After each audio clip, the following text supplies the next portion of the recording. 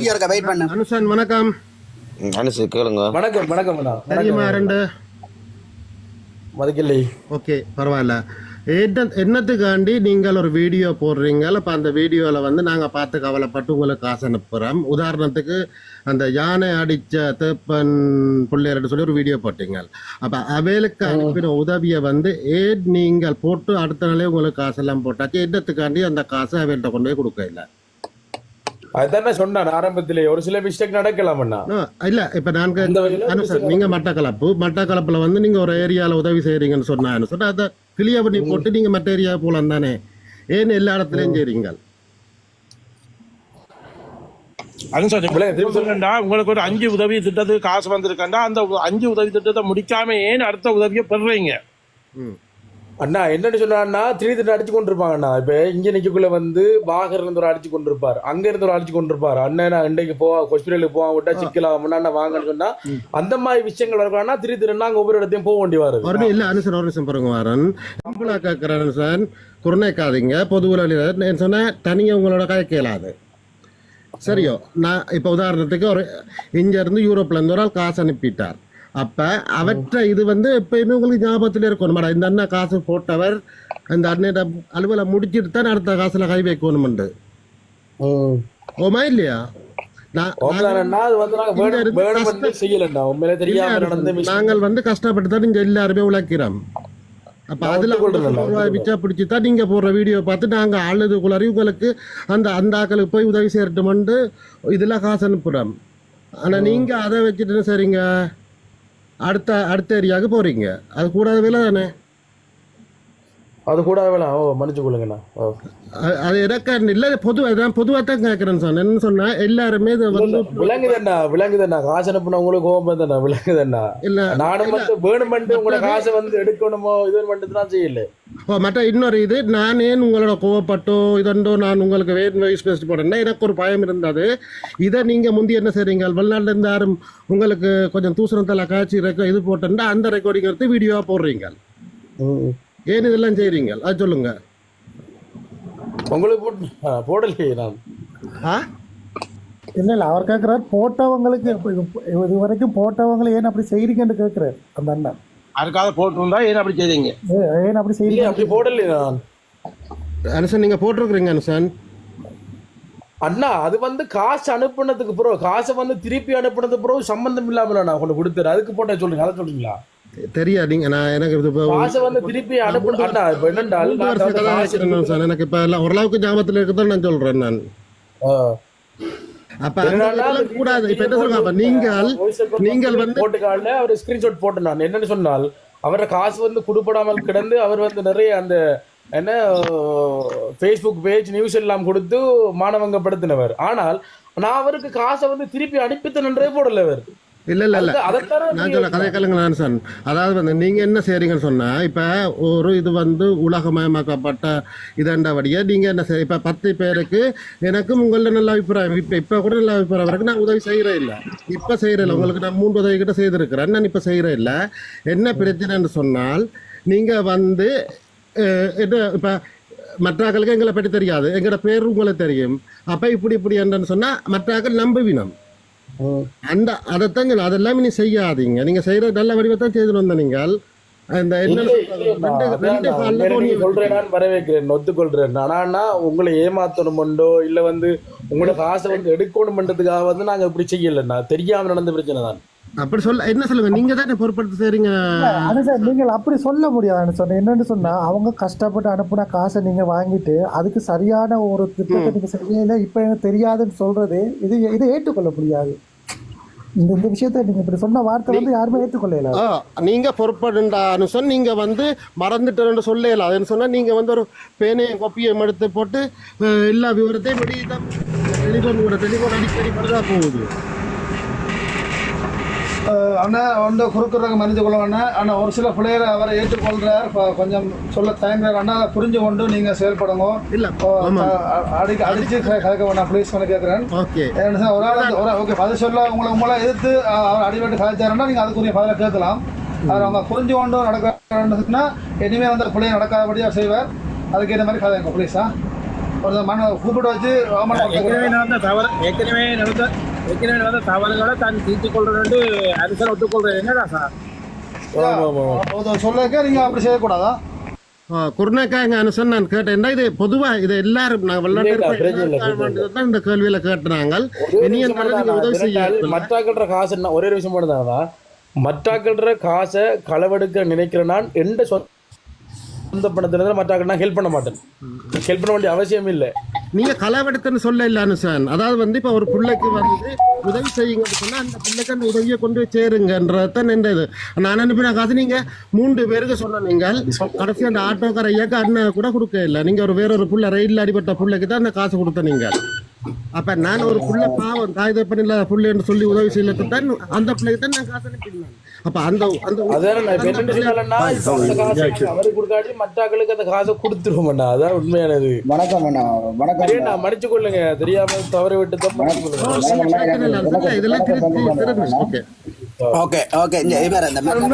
உண்மையில அது அனசனை வாழ்த்தோணும் எல்லாரும் வேண்டாம். அவர் இப்ப மன்னிச்சு கொள்ளுன்ற வார்த்தையோட கொடுறார். தெரியாத பிள்ளை என்ன ஓகே இனிமேல் அந்த பிள்ளைய விட மாட்டாரா? ஒருவன் புள்ளியை ஒத்துக்கொள்ளைக்கு நாங்கள் அவனுக்கு செய்த புள்ளி தவறுண்டு அடிக்கலாம். புள்ளியை ஒத்துக்கொண்டால் நாங்கள் அதை ஏற்று பயணிக்கணும். மற்றது அவராக சொல்லியிருக்க திருந்தி தான் சட்டத்தின்படி எனக்கு செய்யப்படும்னு சொல்லியிருக்கார். அதுக்கேற்ற மாதிரி கதைங்கோ கட்டாக சந்தர்ப்பம் தாங்க அரசன் என்னென்னு சொன்னாங்க. இப்போ நீங்கள் உண்மையிலே இவ்வளவு செய்கிறீங்க தாண்டி ஒரு பெரிய நிதி ஒன்று உங்களோட கையில் போய்கொண்டிருக்குன்னு சொன்னால் நீங்கள் தனிப்பட்ட ரீதியாக அந்த உதவி திட்டத்தை செய்துருக்கிறத விட்டு ஒரு அமைப்பை நீங்கள் பதிவு செய்யறதுக்கு ஏதாவது ஒரு முன்னெடுப்பை ஏன் இவ்வளவு காலம் செய்ய விட்டுருக்கீங்களா? அதுக்கு நான் நிறைய வேலை பண்ணேன். நான் முயற்சி எடுத்தேன் நிறையவே. ஏன் அது உங்களுக்கு சாத்தியப்பட போனது? அப்படி ஏன் உங்களால ஒரு ஒரு சரைட்டு ஒரு அமைப்பை அதாவது ஒரு உதவி செய்யறது அதுக்கு ஒரு நிர்வாகத்தை இந்த கணக்கொழுக்களை கையாளுறதுக்கு ஒரு ஆட்களை நிர்வகிச்சு உண்மை பொய் சொல்லக்கூடாது. உண்மையை சொல்லுங்க. இவ்வளவு 2025 வரைக்கும் நான் இது சம்பந்தமா நான் யோசிச்சது இல்லை. ஆனால் எனக்கு ஒரு போலீஸ் பிரச்சனை வந்ததுக்கு பிறகு நான் இது சம்பந்தமா நிறைய அதாவது நான் இதுவரைக்கும் செய்த உதவி திட்டங்கள் 2ஆம் மாதம் வரைக்குமான உதவி திட்டங்கள் எத்தனையாம் ஆண்டு என்னென்ன உதவி எங்கெங்க செஞ்சிருக்கோம்ன்றது நாங்கள் ஒரு ஸ்டேட்மெண்ட்டாக எடுத்து வச்சிருக்கேன். அதையும் தாண்டி நாங்கள் இது ஒரு செரிட்டியா செய்யறதுக்கு நான் நிறைய பேட்ட கேட்டேன். லோயர்ஸ் இது நிறைய பேட்ட கேட்க ஒவ்வொரு ஆளும் ஒவ்வொரு கருத்துக்களை முன்வைக்கிறான். நிறைய பேர் தெரிஞ்சாக்க நிறைய பேர் கேட்டான். இப்போ செரிட்டி செய்கிறாக்கள்கிட்ட கேட்டதுக்கப்புறம் அவங்க சொல்கிறாங்க தம்பி இது கஷ்டம், இது உன்னால் முடியாது, இது பெரிய ஒரு ரெண்டு அவங்க ஒரு ஆதரவு தராமல் பேசுகிறாங்க ஒழிய அந்த இது உன்னால் செய்ய முடியாது, ஒரு 14 பேரை வச்சு இயக்கணும்ட்டு ஒவ்வொரு ஆளும் ஒவ்வொரு கதையை சொன்னாங்கண்ணா. நான் அந்த நடந்து இருக்கு. ஓகே விளங்குதுண்ணா. என்னன்னு சொன்ன அனுசன், இப்போ நீங்கள் இன்னைக்கு ஆளுநர்கிட்ட மனுவை கொடுத்து ஒப்படைக்கக்கூடிய அளவுக்கு இன்னைக்கு நிர்வாகங்கள்ல அது நீங்க நேரடியாக வாங்கன்னா உங்களுக்கு சொல்றேன். அதாவது நேரடியானக்குள்ள என்னோட தொலைபேசி மூலமா நீங்க இது பண்ணுங்கண்ணா. இப்ப 2000 இது பொதுத்தளத்துல கதை கேட்கல, பொதுத்தளத்துல ஓப்பனா வெளிப்படையா கதைக்கலாம். அதாவது நீங்க நேரடியாக போன் நம்பர் இல்லை அவர் இடையில குறுக்குன்னு மன்னிச்சு கொள்ளுங்க. அந்த அண்ணன் கேட்குற கேள்வி அனுசன் இந்த இப்போ வலைதளத்தில் அவர் நேரடியாக கேட்குறார். அவர் கேட்டதுக்கு மட்டும் கரெக்டாக பதில் சொல்லுங்க. ஃபோனில் பேசுறது அது தனிப்பட்ட விஷயம். கேளுங்க, திருப்பி கேளுங்க அந்த கேள்வியை. அதாவது நீங்கள் இன்றைக்கு உதவி திட்டம் என்ற ஒரு அந்த யூடியூப் கண்டென்ட்டுக்குள்ள வந்ததுக்கு முன்னுதாரணமாக இருந்தது கிருஷ்ணாண்ட நீங்கள் சொன்னால், இன்றைக்கு அவர்களே நிறைய குற்றச்சாட்டுகள் வைக்கப்பட்டு இன்றைக்கு பிரச்சனையா இருக்கே இல்லை, அது ஒரு பிழையான முன்னுதாரணம் என்றதை நீங்கள் ஏற்றுக்கொள்றீங்களா? பிழையான முன்னுதாரணம் அவர் பிழையான முன்னுதாரணம் அனுசன் தம்பி வழக்கம். அவர் பிழையான முன்னுதாரணம். அதாவது கிருஷ்ணா பிழையான. இப்ப என்ன சொன்னா, இப்ப அவர் இப்ப பொலிசுக்குள்ள இருக்கணும்னா அவரை என்ன சொல்றதுன்னா தெரிந்தா என்ன சந்தேகத்தின் பேரை உள்ள வச்சிருக்காங்க. இந்த டைம்ல நம்ம அவரை பத்தி கதைக்கேன்னு தேவையில்லை இந்த இடத்துல. அதாவது வந்து நீங்கள் ஒரு அண்ணன் சுபாஷன் அண்ணன் வெயிட் பண்ணுங்க அண்ணன், தயவு செய்து. இப்ப அவன் ஊர்ல இருக்கிற பொடியன் என்ன, நீங்கள் அவரை பற்றி கேட்டு அவர் சரியா புளியாண்டு இவர் விட்ட ஒரு புளிய உண்டு. இவர் அந்த முன் ஒட்டியை பார்த்துட்டு நீங்க முழு புத்தகம் கூடான்னு சொன்ன தப்புன்னு சொன்னது என்ன சொன்னது உங்களை சரியான புளிய உண்டு. அதால இப்ப உங்களுக்கு இந்த கேள்வி கேட்டிருக்காங்க. நீங்க இப்ப அவன் வாயால எஸ்கே கூடான்னு சொல்லி அவங்களுக்குள்ள பிரச்சனையை உருவாக்குறதுக்கு ட்ரை பண்ணாங்க. தயவு செய்து அவருக்கு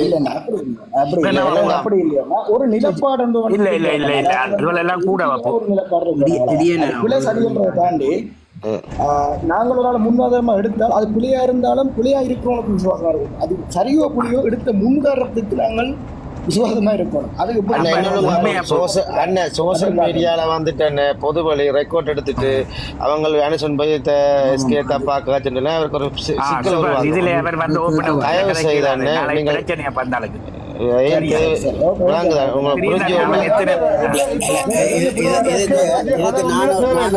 சொல்லட்டேன். இப்ப ஒரு வேளை வந்து கதைக்கிறீங்களா? ஓகே, இதுல என்ன பிரச்சனை, நீங்க கேட்ட கேள்வி நல்ல ஒரு கேள்வி. அனுஷன் ஆரை பார்த்து நீங்க ஒரு முன்னுதாரணமா வழிகாட்டிய பார்த்து நீங்க இதுக்கு வந்து நீங்க கேட்க அவர் ஓகே கிருஷ்ணாவை என்று சொல்லி சொன்னார். ஒரு வேளை அண்ணன் நீங்க கேட்ட கேள்விக்குள்ள அனுசன் பதில் சொல்லணும்டா இப்படி சொல்லக்கூடிய ஒரு வாய்ப்பு இருக்கு. என்னன்னு சொல்லி சொன்ன, ஒருவேளை அனுசன் கிருஷ்ணாவை பார்த்த அந்த உதவி திட்டம் தொடக்க கிருஷ்ணா ஒரு ஒரு ஒழுங்கான மனுஷனா இருந்திருக்கலாம். பட் ஆனா இப்ப கிருஷ்ணா பூஜ்ஜியம். இவர் ஸ்டார்ட் பண்ண இவர் கிருஷ்ணா பார்த்து ஸ்டார்ட் பண்ண இவரும் ஸ்டார்ட் பண்ணி 3 வருஷம் அடைக்க. அப்ப இவர் அப்பா பார்க்க கிருஷ்ணா ஒரு நல்ல மனுஷனா இருந்திருக்கலாம். ஆனா இப்ப அனுசன்ற பார்வையில கிருஷ்ணா ஒரு பூஜ்ஜியம். ஆனா அது அவர் அங்க இருந்தோண்டு அந்த விஷயத்த சொல்ல முடியாமல் இருக்கிறாருன்றது என்னுடைய ஒரு தனிப்பட்ட கருத்து. சுபேஷ் ஓகே அண்ணா, அப்படி என்று சொன்னால் வந்து ஒரு அது இல்லை, நீங்க சொல்ற சரி என்ன, நான் அதை தான் எதிர்பார்த்தேன். நான் அப்படி ஒரு பதில தான் நான் எதிர்பார்த்தேன். நான் அது அவர்கிட்ட வாயிலிருந்து வரையில ஓகே இல்ல அவர் சொல்ல முடியும், வந்து சொல்ல முடியாது இருக்குது. அப்படி என்று சொன்னால் வந்து எதிர்காலத்திலே அவர் வந்து வெளியில வந்தா பிறகு வந்து எல்லாரும் சேர்ந்து வந்து இன்னும் ஒரு சற்ற வந்து இன்னும் ஒரு விஷயங்களை வந்து விடலாம்னு சொல்லி வந்து ஒரு பிரச்சனை இருக்குண்டாங்க. அப்ப அது நாங்க யோசிக்க வேண்டியது இருக்கு. இல்ல இல்ல நிச்சயமா சேர மாட்டேங்க அண்ணா. அவ சேர்ந்து நின்றாலும் அண்ணா இப்படியான கருத்து வராதண்ணா. அது 100% உண்மை. ஏன்னா அதான் தனியா இருக்குது. அப்ப அங்க தனியா செயல்படுறவன் இப்படியே பார்க்கலாம். அவர் வந்து ஒரு இப்ப நீங்கள் சொல்ற மாதிரி அவர் குற்றச்சாட்டுல வைக்கிறீங்கல்ல, அந்த குற்றச்சாட்டுல அவர் பண்ண இல்லை நல்லவன் கிருஷ்ணா வழியா வந்தா இவர் சேர்ந்து பண்ணிக்கிறதுக்கு சான்ஸ் இருக்கு. ஆனா அதே சமயம் அவர் கூடாதுன்னு சொன்னா அவர் சேர்ந்து பண்ணிக்க மாட்டார். நம்பர் என்ன எந்த கருத்து அப்படிதான் சொல்றீங்க. ஓகே ஓகே, அடுத்த கேள்வி.